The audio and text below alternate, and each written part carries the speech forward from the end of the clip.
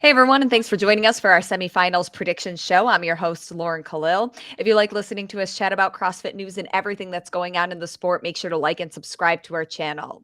We're continuing into week 3 of semifinals with our sports analysts, Brian Friend, Tommy Marquez, and Patrick Clark. We are discussing the Far East Throwdown, looking at their picks. So far, Brian leads the way, Patrick Clark in second, Tommy Marquez in third, as we wait for week 2 to be tallied.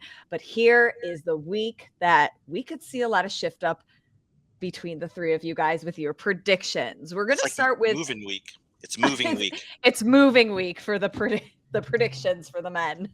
We're going to start with Patrick discussing the men's field because there are so many similarities between all three of yours. You guys picked the exact same people. Patrick, is there just not much depth in the field, or what exactly is going on in Europe? It's well, Asia. there's in Asia, yeah. There is depth in the field. Unfortunately, not all the depth is in this semifinal because you have two athletes who qualified who cannot travel due to circumstances, so they'll instead be competing in a last chance qualifier. But right now, even if they're here, I think Roman Krennikov and Alexander Ilin, based on their body of work over the last couple of years, are the clear cut favorites. We all know the story of Roman. Hopefully he can come back from this Far East Throwdown back to the U.S. to compete at the games if he does get an invite. Alexander Ilin, a fellow Russian, a friend of Roman Krennikov's, he's a games veteran. These two finished 2 and 3 last year in the semifinal winners, the Asia Invitational, when it was online.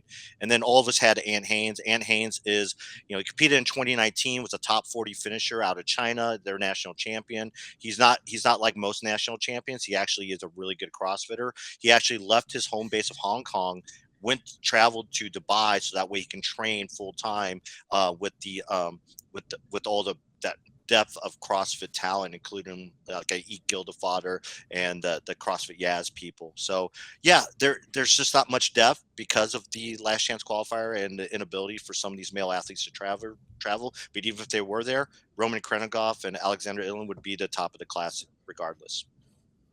Brian, let's take a look now at the women's side. The number one pick was all the same, but then a couple of differences between the second and even the wild card. So what's going on in the women's field in Asia? While Patrick points out that there are two Russian men who are the kind of favorites over there on the men's side, most of the Russian women who competed in the semifinal last year are not competing or traveling to South Korea for this competition. So I have I think we all have Sung Young Choi finishing first. Obviously, everyone got to see her at the games last year from South Korea, and she was very uplifting story there. I think she's probably getting a little bit better. I picked Sehir Kaya to finish second. She was seventh in the online version of the semifinals for Asia last year, but 4 of the women who beat her are not in the field this year. One of them is competing with the Kalashnikov team, and the other 3 just declined invites or didn't compete in the Open at all. And so I think that she's 24 years old. She's out of Turkey. She was 20th worldwide in the Open this year, and she just strikes me as an athlete who's made some improvements this year. At least that's what it looks like. So I'm excited to see if that's actually the case and if she can, potentially qualify out of Turkey, which outside the national champions will be the first time we get an athlete from there.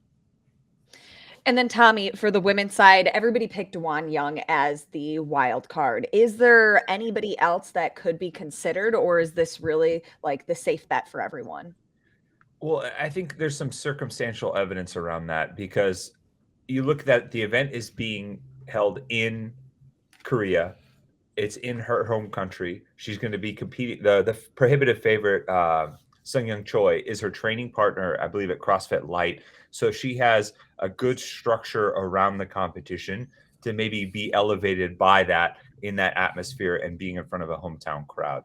And just seeing some of the videos on social and some of their training, hearing some murmurs from over there that she's really starting to pick up a little bit. And we've seen this in the past where sometimes an athlete breaking through in a developing country as far as like talent is concerned has like this wake effect where a couple other athletes will fill in behind them and start to behind that belief system of seeing someone that they know and train with make it, start to make those similar improvements. I guess you could call it the Bannister effect, similar to, you know, the 4-minute mile finally getting broken, and then you see a bunch of people right behind that see that it's possible. And I think that generally speaking, you could look at someone and I'm going to butcher this. You can look at someone like Urasha Tirawatsanen, Watson, sorry, out of Thailand, who was the next one down. But I think there's a clear difference in some of the skill set that is up there at the top. I mean, obviously, I didn't have Sarah Kaya in there. You could, in my picks, you could slot her in that position as well, based on some of the same things that Brian said. But I also think that, you know, when you're not having to travel across, you know, internationally, you're in your home, basically in your hometown, and you have your home crowd, that's going to be a huge boost. All right, Brian. One thing to note Go about ahead. Jung, the one thing to note about Jung, though, is that Tommy was right. She does train at Limelight. Limelight. But she actually competed on a team at Wadapalooza with Choi. So I actually got to see her. We all probably got to see her live in person. She's an athlete. She has a Instagram handle called the Korean Kangaroo. And the reason why I know the Korean Kangaroo. I love that. Exactly. And the reason why is that she's probably a better athlete than Choi is, whereas Choi is probably a better CrossFitter. So we'll see what has happened over the past year. Interesting. It's going to be another fun week. Patrick Clark, Tommy Marquez, Brian Friend, thank you guys so much. And we'll see you next time.